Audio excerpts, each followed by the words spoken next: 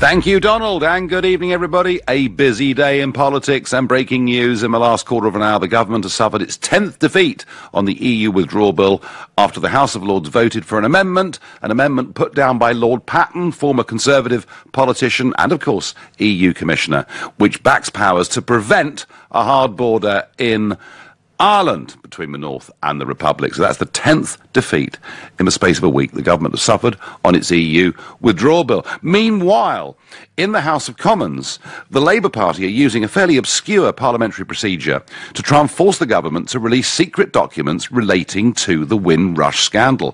What they're trying to do is to get ministers and their correspondence from May 2010 to the present day, including emails and text messages, put into the public domain. It's a procedure known as a humble address to ask the Queen to get her to order the government to release the files. And you may remember that Labour did this before on the 58 Brexit economic assessments that ministers had previously fought to keep private. That may well go to a division over the course of the next hour. If it does, we'll go straight across to the House of Commons. Here in Brussels, the European Parliament's been in session. I met Mr Juncker at 1 o'clock today, who quite bizarrely high-fived me for reasons I still haven't quite yet worked out. And the debate going on here today has been about the EU budget, because you see, the second biggest contributor to the European Union, even though we've promised to pay quite a lot of money to go, but the second biggest contributor is leaving, so they're discussing what to do with their next 7-year budget plan after we've left. And amazingly, the budget's not going down, it's actually going up, and for that 7-year period, it'll be about €1.25 trillion. That's right, trillion euros, prompting the Dutch and Danish prime ministers to say, this looks like a budget for a European Union of 28, not a European Union of 27. Expect more big rows in European politics over money, particularly with the Brits going.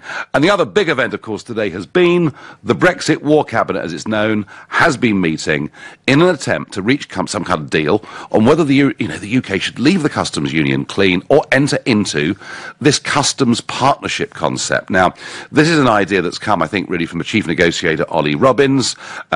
We, in effect, would measure all the goods that came in to the UK's borders, and then through a smart tracking system we'd work out whether they transshipped to other European Union member countries or stayed within the United Kingdom. We in effect would become a tax collector for the rest of the EU. Difficult to see really how we've left the customs union if we go for that deal. That has led to Jacob Rees-Mogg, who I think has been remarkably loyal and remarkably quiet over the course of the last few months, but he, of course, leads the European Research Group, and 60 MPs have signed a motion saying, we have to drop any concept of a customs partnership with the European Union. And whilst he hasn't directly threatened the Prime Minister, there are many in the group making it clear they would not vote for this new idea of a customs partnership. So Theresa May in some difficulty over this. One of the main reasons to be against this customs partnership is we're told it would take up to 5 years to implement, and hey, haven't we spent enough time. But imagine yourself today around that Brexit War Cabinet table. What would you have said to Mrs May if you would have encouraged her to rethink her stance on the customs union? Maybe this customs partnership is the way to go. Then call me on 0345 6060 973. Maybe you'd have said, no, stick to what you said all the way through. We're leaving the customs union. We'll sort the Irish border out between ourselves. Text to 84850. Or maybe you'd have said, it's nearly 2 years, Prime Minister, since we voted to leave. We don't appear to have moved very far forward, in which case, tweet using the hashtag Farage and LBC at LBC. Watch us on Facebook. Comment there too. I'm live from the European Parliament in Brussels. All I can say, if I'd been sitting there, I would have said, it is nearly 2 years since we voted to leave the European Union. And here we are today discussing what relationship or not we want with the customs union. And I would have said, why, Prime Minister? Do you stand up at Lancaster House and elsewhere, make these big promises, repeat them in your manifesto, and then, when push comes to shove, keep making a whole series of concessions. You know, over-promising and under-delivering never puts any leader in a good position. And I have to say, my own feeling, there is now, I think, a slight air of crisis beginning to engulf this government. But hey, what matters is what you think. What matters is what David in Hackney thinks, a first-time caller to this show. Good evening, David. Hello. Right, no, we're struggling a bit with David from Hackney. First-time caller, maybe he's got cold feet. I doubt it. Very few people do. They find once they get going, it isn't too difficult. But that's what I'd have said. You know, I mean, 2 years, and we appear to be almost no further forward. We've agreed to pay money. We've agreed to continue open borders for some considerable period of time. We've agreed to continued oversight from the European Court of Justice. And yet, we really don't seem to have worked out what our position is on the customs union. I find the whole thing really astonishing, and frankly, it shows a lack of leadership. Let's go, we've lost him, let's go to Yarmouth and speak to Mark. Good evening, Mark. Hello, Nigel. I have spoken to you before. Welcome back. Thank you for taking my call. If I was in Theresa May's Brexit war cabinet, whatever you want to call it, I would have told her by now that she needs, you either get out of this altogether, the EU, or we walk. And she's made a mockery of it, Nigel. And I don't know, I've been following it now closely for quite some time. It's gone too far, and there's one idea after another. Is going backwards and forwards. Do we go here? Do we stay here? Do we go in for this? We've got the House of Lords who are unelected. Going against the will of the people. We've had numerous High Court cases against it. We've had people, if you watch any of the major news channels, all you're getting on there is Remainers. You're hardly getting any Brexit. I mean, Can you imagine, Mark? Can you imagine, Mark? Had the result been 52-48 the other way, we wouldn't be seeing any of this, would we? No, of course not. It would be, we'd have probably been drawing up plans now to join the Euro. I said to people that I know that had we had lost, had we not come out and had we gone in, it would have been, I suppose, it would have been a decision, we would have had to accept. And we would have just said to them, well, we better make the best of it then, get inside Europe, fight our corner. If we are going to join the Euro, then we're going to have to fight our corner and, make the best of it, Nigel. But because it's gone the other way, they seem. And we're not making the best of it, Mark. We're not making the best of it. And there's an air of negativity about everything, isn't there? Well, of course there is, because this is huge, you see, and they can't handle this decision, and they've kind of got together like spoilt children and thrown their dummies out the pram and basically... Mark, just to finish, I've got a load of callers want to come on this, but this is your platform. Message to Mrs May from Mark in Yarmouth. Well, you either accept the will of the British people, otherwise resign now and go. OK, that couldn't be clearer. Mark, I thank you. Breaking news. US media reports data firm Cambridge Analytica is closing its operations following the Facebook data scandal. Wow. Just shows you, in the modern world, companies, they can be big companies with big income, and they can just lose their reputations and disappear like that. Cambridge Analytica, according to US media reports, has gone. Let's go back to David in Hackney, our new caller, who we struggled with a bit earlier on. David, are you there? Yes, I'm there. Hi there. Thank you, Nigel. Good, very good. Thank you. Well, good to have you on. Now, put yourself in that position. You're round that Brexit war cabinet table. You've got Jacob Rees-Mogg on the one hand, who is saying, unless you leave that customs union, you could be in big trouble with the 60 of us. You've got the House of Lords, who've just inflicted their 10th defeat on the other side of the argument. What would you have said, David, in the midst of this crisis? Well, the House of Lords, obviously, a lot of old men, they should actually be abolished, is the first thing to say. Theresa May has had us she's had us in limbo for 2 years. We're in some kind of trance. She's got to stop this, Nigel. She's got to get on with it. And, you know, I can't bear it. I actually feel quite depressed about the state of in limbo that we're just stuck in. And when I was walking through London from the city this afternoon, there's a lot of protesters actually there. It's encouraging people to think they can go backwards. Do you think, David, do you feel that this is due to a lack of leadership? Well, exactly, yeah. I mean, we need strong leaders. I mean, you're very clear. She's not clear. She just says, you know, sound bites like strong and stable. I mean, I'm fed up with it, really. I mean, these protesters... Well, David, I tell you what, though. But I tell you what, though, when she made the Lancaster House speech, you know, back in January 17, and I praised her to the rafters on this programme, and indeed, when she spoke in the general election, I mean, there are times when she says, we will be doing X, Y, and Z, and it sounds terrific, and I feel a bit uplifted, and then when it comes to delivery, she starts to backtrack on it all. Well, yeah, I mean, I don't want to agree with Nick Clegg, but on this point, you know, if it sounds too good to be true, it might be. But these bloody protesters, sorry, I swore, but these protesters, they were singing this song in limbo, and they were telling us they're going to stop Brexit with a song called In Limbo. Wow. I mean, I know. David, I've got to let you go. We're going live across to the House of Commons to Theo Ashwood.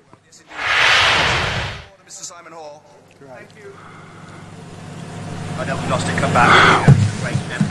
Right, I tell you what, we're going to find out. They're dividing now in the Commons. We're going to go to the break. When we come back, hopefully we will know whether the government suffered yet another loss. They're not having a great week. You're listening to the Nigel Farage Show, exclusively on OBC.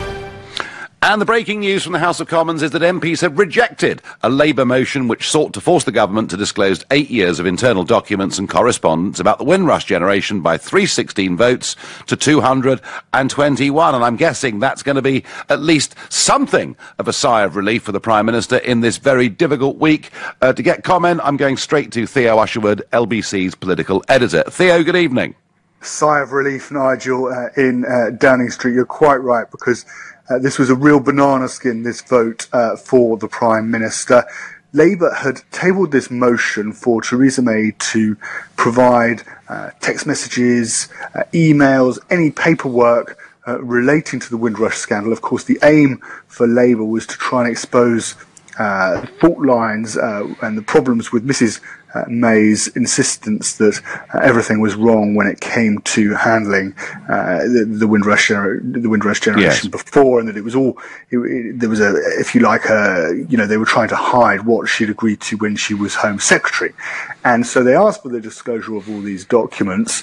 And they did it through what's known as a humble address, which is usually reserved just for the Queen's speech. And the reason they did that was that when the vote came through, the result would be binding. And so the way Theresa May reacted was, you know, this afternoon through Sajid, the Home Secretary, was to promise to have an inquiry, to introduce legislation to safeguard the interests of the Windrush generation. But when it came to that inquiry, it would look into all the paperwork relating to the Windrush. And that was enough, clearly, from the result here, where there's a majority of over 90 to assure Conservatives. It's a huge relief. It's a huge relief. Yeah. And the one piece of breaking news we haven't had, Theo, we appear to have heard nothing about the Brexit War Cabinet and what was actually discussed today. Lots of intrigue before as to whether the Defence Secretary, who had been a Remainer but was now sounding like a Leaver, and who was on what side. But from what I can make out, nothing's been said. Absolutely, and the other person to look out for in this Brexit War Cabinet was Sajid Javid, the new Home Secretary. Of course, he was a Remainer during the campaign to the referendum campaign, loyal lieutenant of George Osborne's. Now, actually, everybody's talking up his leave credentials and the fact that he's, you know, I'm not. reluctant Brexit. You're not. But the chat has been that, you know, he's a good thing for the Brexiteer, the Tory Eurosceptics really like him, and of course it's a crunch meeting because Theresa May needs to find a solution to the question of Northern Ireland. That's why the customs union is front and centre now. What we do? Do we have a customs partnership versus what's known as maximum facilitation, that's favoured by the likes of David Davis, Boris Johnson, Liam Fox, and indeed David Davis had threatened to resign if Mrs May went down the route of this so-called customs partnership. Basically, as Jacob Rees-Mogg said, the customs union, another name. I have to say, I mean, Jacob Rees-Mogg has been remarkably well behaved, it seems to me, given what a hardline Eurosceptic he is, a great believer in Brexit. Do you think Jacob now does pose a threat to Theresa May on this? I think the Tories and Jacob Rees-Mogg and his particular band of Tories are actually going to bide their time. I think there's a recognition at the moment that they can't topple Mrs May. Tomorrow's local election results are going to be very, very interesting because they're going to give Conservatives and, of course, Labour supporters alike a real sense of how well or not well Jeremy Corbyn is doing in the country. And certainly at the moment, at least, there does seem to be a feeling that Mrs May, the Conservatives, particularly could be vulnerable, and if there was to be a general election, and therefore I'm not sure there's going to be one. There's going to be any moves against her at the moment. But watch it's a big day tomorrow, isn't it? Big day tomorrow. Yeah. Theo, thank you. Thank you for joining us and all that analysis. Back to my callers. Put yourself in the position. You were there in Downing Street today in that Brexit war cabinet. You've got the House of Lords putting massive pressure on for us to stay as close as possible to the European Union. Rees-Mogg and 60 backbenchers saying, no, the referendum was clear. We're leaving the customs union. A Prime Minister in some difficulty. What would you have said to the Prime Minister? Greg in Southwark is calling, a new caller to the show. Good evening. It's like Custer's last stand, isn't it? You're going to fend them off. You're going to try and say, it's an impossible task. If that's 60, of course we should. We voted for a Brexit deal, and it's been a dilly and dally for the past 2 years, and I just can't believe the incompetency of this government these people are paid a lot of money to do a job, and they haven't been doing their job. I am personally on a lowly wage, and I work hard for my money, and I appreciate what I've got. But I just do not understand why this delay. The longer we delay, the worse it's going to get. We can't reboot until we have this sorted out. And we're running out of time. We're running out of time, Greg, aren't we? I mean, old Barney is rubbing his hands because he's seeing the clock ticking, and we still, 2 years on, haven't fully decided what our position is. Well, they're going to be dancing in Italy tonight when Roma win the European Cup. That's what, hopefully, they're going to be all of Europe going to be celebrating against us, poor Liverpool. But then again, I'm just joking. And why do you predict that? Why do you predict that result with such certainty? Because it's like us against the rest of Europe now. Because apart from there's a sort of like a 40%, 60% gauge of people that what we're doing. Those 45% are saying they're coming around. It will come to 50%, and then it will come to 50%. Although those European, the strong countries, I don't know about Germany, but France, Italy, Greece, Spain, they want their currency back. They want their own borders. They want to protect that. They want to protect. Do you know what, Greg? People.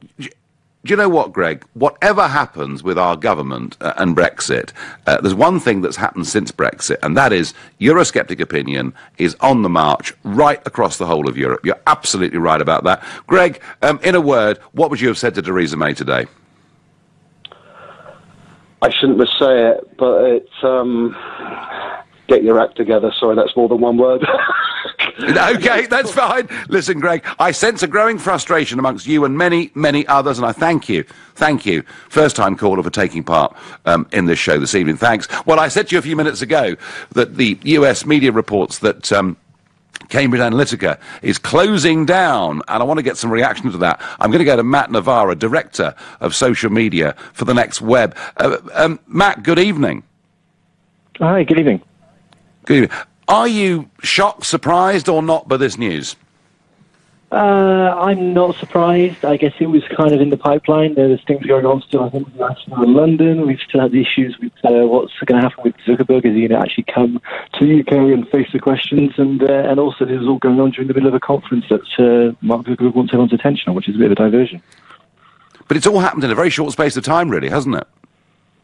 Well, yeah, there seems to be lots going on behind the scenes. I'm not too close to the story right at this moment, but from the last few weeks, what with the Congress hearings and all sorts of other things that are sort of creeping out and stuff, it seems there's more to the story. So clearly, someone somewhere is have more information than we do, and I guess they've shut them down. So I guess we'll see what happens whether they come to the UK and answer some questions as well.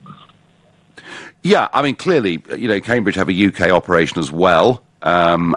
We've been told they're closing down in the States. I assume that includes the United Kingdom as well. A question, Matt, about these big companies that have made so much money, in data. I mean, presumably many other firms that have used Facebook as a means of earning their living, a means of selling on to clients information, presumably a lot of them are vulnerable now.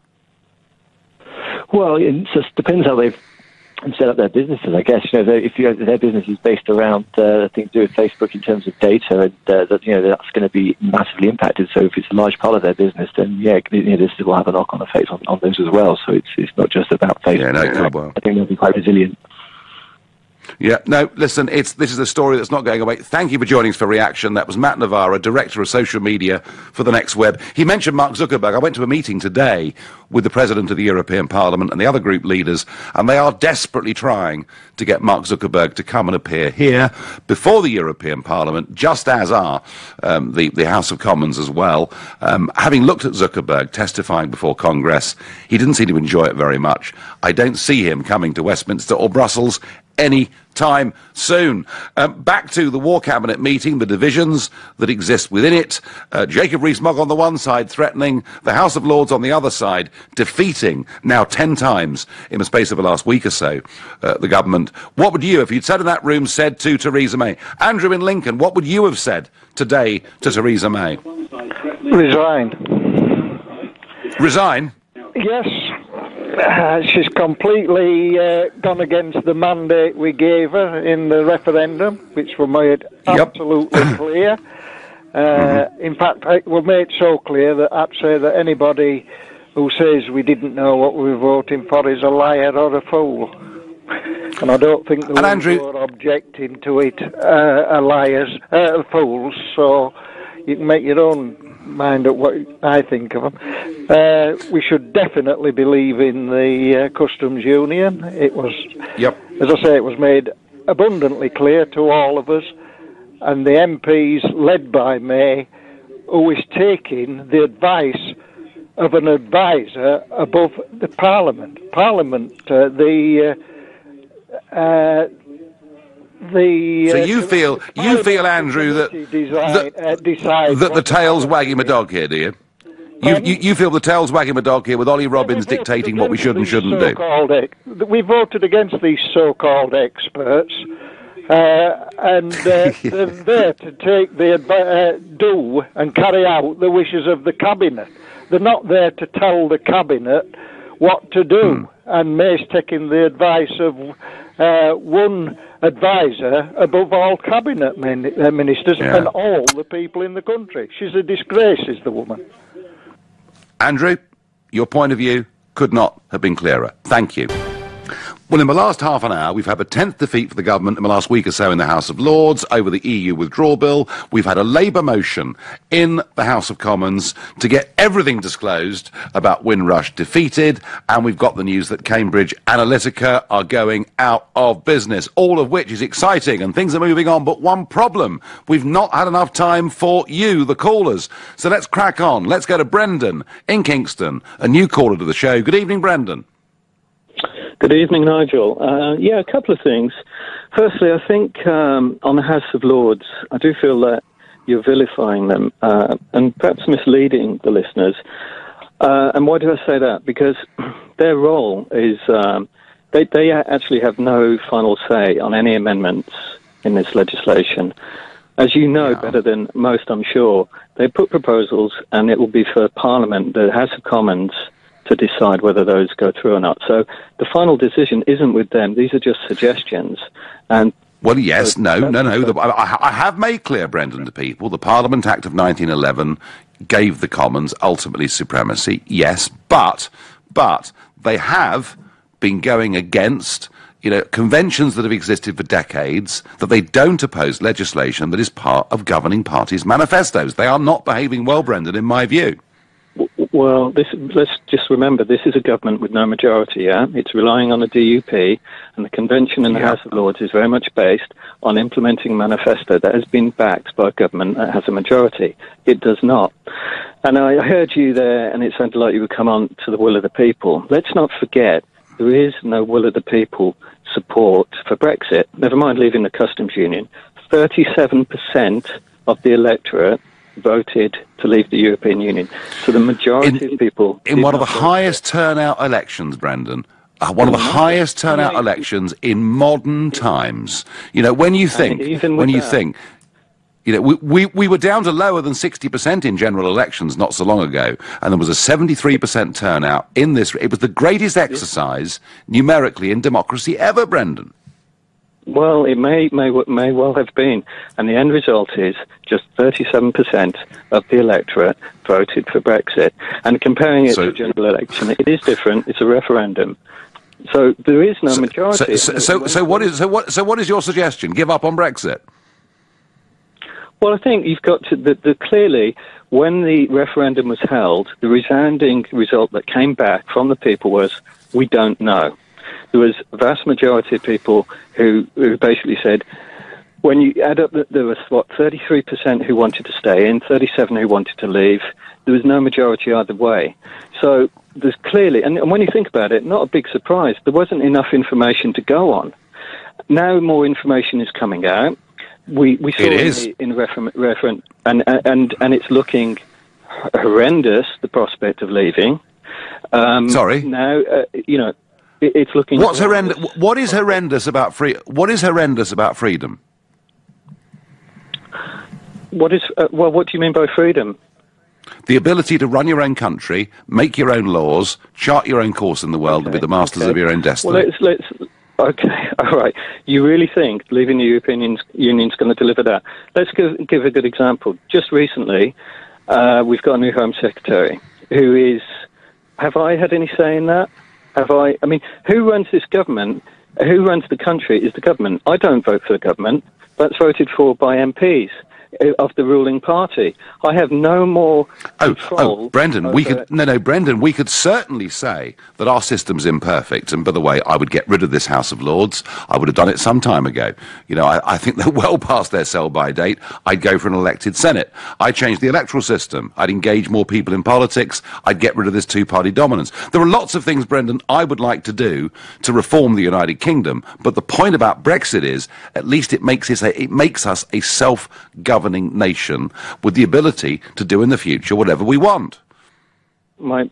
Firstly, when we say we, if you mean we, the ordinary people on the street, it will make no difference. The marginal difference that Brexit will introduce to the person is about as much as changing the direction of a 747 by shifting a bum cheek. You will have no more additional powers in an individual. Now, there may be some people like the likes of Jacob Rees-Mogg who will have more power, and in his sort of world of sort of feudal societies or whatever, he would love to have that. But the ordinary person carrying on their business will have no more say in being in or outside the EU. Won't make a jot of difference to them. I tell you what, Brendan, they will be doing in the future. People running businesses will vote in general elections for parties with manifestos that will directly affect their businesses. The last few decades, it's been irrelevant whether Labour or Tory get in, because most of the legislation's been made here. Brendan, if you'd been round that table today with Theresa May, given your pretty pessimistic view about Brexit, what would you have suggested the Prime Minister does right now, given that she is in something of a crisis?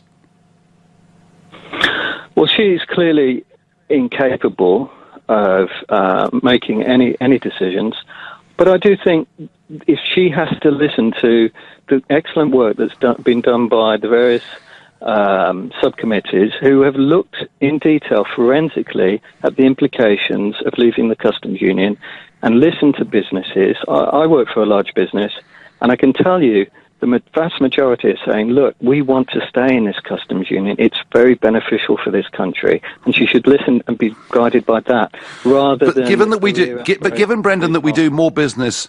Given that we do more business with the rest of the world than the European Union, why would they be arguing we should stay inside the customs union when there is a bigger world out there? You make the point for me, Nigel. We do more business with the rest of the world, and we're in the European Union. I mean, the second biggest exporter in the world is Germany. They're in the European Union, second only to China. They're bigger than the US in terms of export. Just think what our potential could be. Brendan, basically, all right, let's just cut to the chase with this. You think Brexit should be abandoned, yeah? I think. Look, I do believe in democracy. 37% of the electorate did vote to leave. I don't think it's enough to make this decision. Fair enough. Okay, it's an unusual argument, but you've made it, and you've had plenty of time to do so. Thank you very much indeed. Nigel, the House of Lords have betrayed the people and should be disbanded and replaced with an elected second chamber, says Jim in Orpington. Bob says the only people who may put a hard border up are the European Union. Well, that's a debate we're going to have a lot more of over the course of the next few weeks. Let's go to Eddie in Wokingham, another new caller to the show. Eddie, good evening. Hi, Nigel. Sounds like Brendan's still in Remain HQ, wrapped in his EU flag. Yeah, he just... Brendan doesn't like the result. He can't accept the result. And there are people, like that. My impression, Eddie, of talking to people in business and elsewhere is the one thing everyone says is, regardless how they voted in the referendum, can we please just get on with it? Exactly. I think the important point, though, Nigel, that everybody is missing is the context. We've committed a national... incident of self-harm. May and Davis have a broken back. Minority government. You've got Clegg and others going there undermining our position. You've got the House of Lords. The Europeans love this. They're going to ride a truck through the negotiation, thinking just hold the line. We're so split that we'll never get a good deal. You only get a good deal from a position of strength. And they know we're so divided, they're going to ride a coach and horses through it now. So isn't it, given that we're weak, given the difficulties, given the parliamentary numbers, isn't this the time, Eddie, above all, for strong leadership and direction? You would think so, but at the end of the day, he or she would be tied by the numbers in Parliament, and the country's divided, the cabinet's divided, Parliament's divided. We're in such a poor position, it's difficult to see how you can get a good deal out of this now. Well, the one thing for certain, any negotiation, Eddie, is that unless they know you're prepared to walk away, you ain't getting a good deal. No, it's not easy. Thank you for your call. And more news on this. Cambridge Analytica, in a statement, the firm have said, over the past several months, Cambridge Analytica has been the subject of numerous unfounded accusations and, despite the company's efforts to correct the record, has been vilified for activities that are not only legal, but also widely accepted as a standard component of online advertising in both the political and commercial arenas. As a result, it has been determined that it is no longer viable to continue operating the business, which left Cambridge Analytica with no realistic alternative to placing the company into administration. Well, I have to say, the witch hunt around Cambridge Analytica has been extraordinary. Attempts to link them with Brexit, to link them with Trump. The truth is, they did not have a major role in Trump and almost no role at all in Brexit whatsoever. What they did do was pick up some very big contracts in Africa and other parts of the world for which they were handsomely rewarded. And you could say that in terms of their sales techniques and everything else, they were pretty full on in terms of the way they did things. But I was struck from the start. What have these people done wrong? And I think the answer is just about nothing. When it came to data mining, 50 million individuals' data that they got during the Trump campaign, Obama's campaigners got 200 million sets of data 4 years earlier. And I have to say, looks to me like a company that's been closed down by mob rule. I'm not sure that's all too healthy. You're listening to The Nigel Farage Show, exclusively on LBC. Well, there we are. The War Cabinet met today, and we've heard no news. I'm asking you, if you were in there, what would you have said to a Prime Minister who's got Rees-Mogg on the one hand, the House of Lords on the other hand, and what is she to do? Are we to leave the customs union fully or enter a new customs partnership? And the reason, really, this is all being debated is because Mr Barnier is making things very difficult over Ireland. There is to be no hard border between Northern Ireland and the Republic, and that is becoming the sticking point of Brexit, which I think is what Monsieur Barnier intended right from the very start. I'm going to get Andy in Derry in Northern Ireland. Andy, hi. Hi, Nigel. I just want to start by saying that I think probably obviously enough I voted Remain. Yep. But I would class myself as Democrat, and I fully accept that majority voted to leave, and I'm more than happy to go along with the majority. However, I am getting more and more concerned when I listen to LBC on a daily basis that I hear more and more English people calling up, and I understand they're frustrated, and they keep pushing more and more for May to just walk away from the table with no deal at all. And I grow more concerned that English people aren't thinking about the likes of myself and the thousands of other people that actually live on the border. And I'm Andy, if she is going to walk away. If she did walk away, Andy, things would be difficult on that border for a period of time. But you know what? We'd work something out, wouldn't we? Will we? I mean, the problem is that literally, constitutionally, my backyard's on the Republic of Ireland. Yeah. My rear yard is literally on the Republic of Ireland, and the front of my house is in Northern Ireland. But Andy, is that going to make my life a nightmare if I want to go for a pint of milk? Well, I'm coming to Northern Ireland next Friday. Perhaps I come and give you a visit and have a look at that. And Andy, I mean, look, it is massively in the interests of the farmers and many others living in the Republic, you know, for trade to continue with the North, you know, as it is vice versa. And I mean, nobody, Andy, you know this, nobody has proposed the return of a hard border, watchtowers, soldiers with machine guns. Nobody wants it. Walks away, the European Union are just going to take that hard line and erect a hard border around it. Well, I tell you what, if anyone's answer to this question, because there's parts of roads where you cross under Northern and Republic of Ireland 7 times in the space of 10 miles. Well, then you have to find a compromise. Andy, we've managed, you know, over the last few years to reach all sorts of compromises. Hey, it's not easy. I'm going to move on to Michael in Bracknell, and you call into the show. Good evening, Michael. Good evening, Nigel. So, customs union, customs partnership, what do we do? What would you say to Mrs May? If I had been in the room with Mrs May today, I would tell her that she's a great servant of the people, but that she has to stop listening to Ollie Robbins, because he is a 6'3" Blairite stick of rock with Brussels running all the way up and down his giant frame. That she needs to let Davis do his job, which is what he's there to do, and that when we voted to leave, we were right to do so. And I think I would make it very clear to her that she has to say that to the people as well, that they were right. If she's going to do it, she has to talk the talk as well.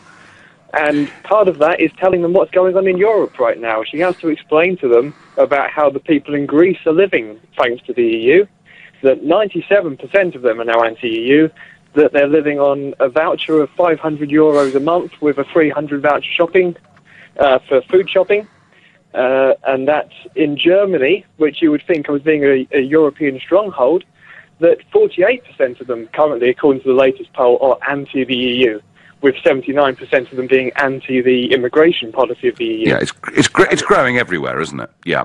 It is.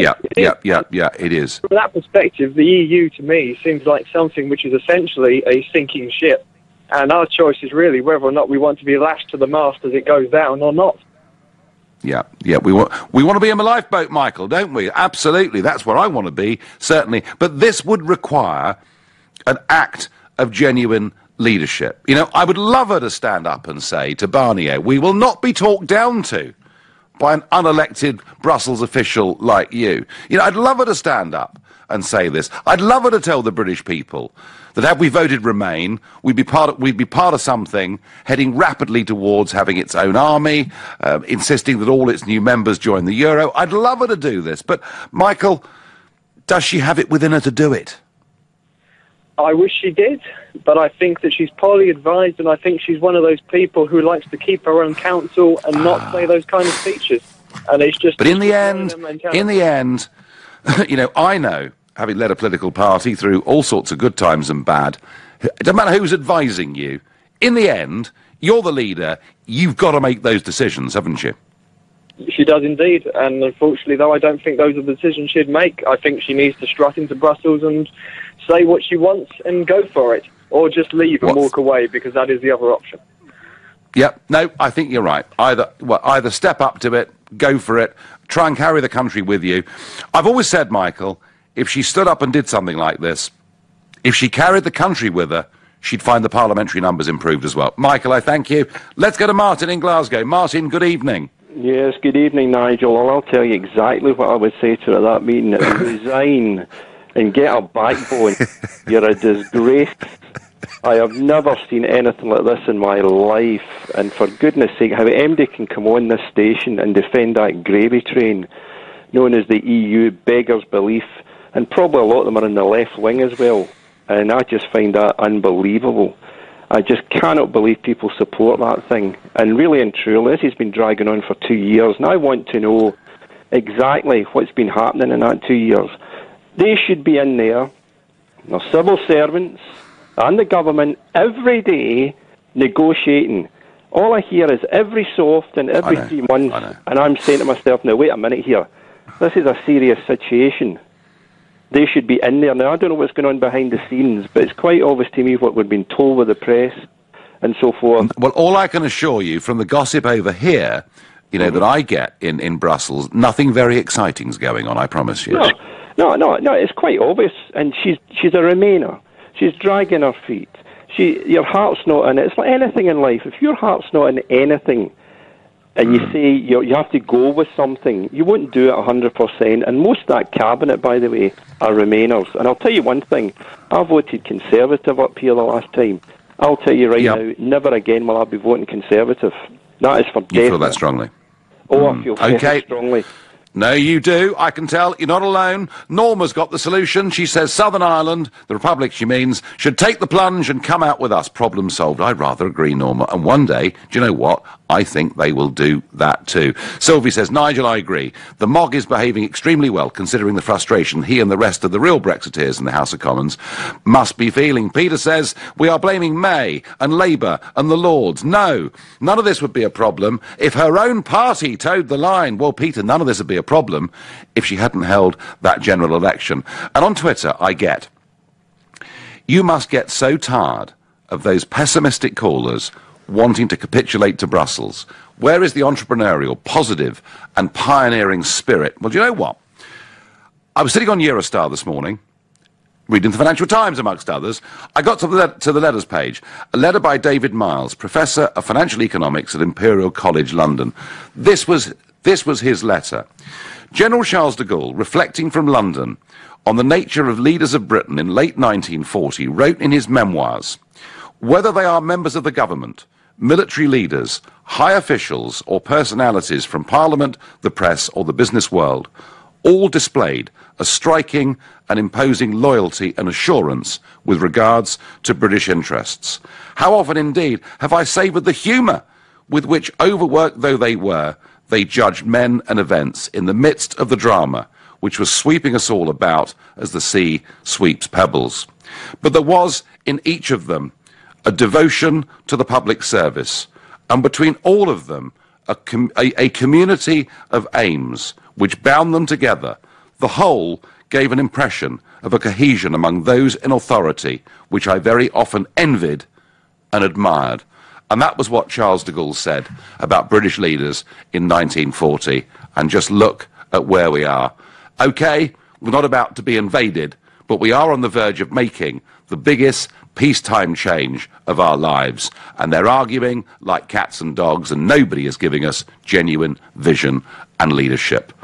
You've been listening to the Nigel Farage Show.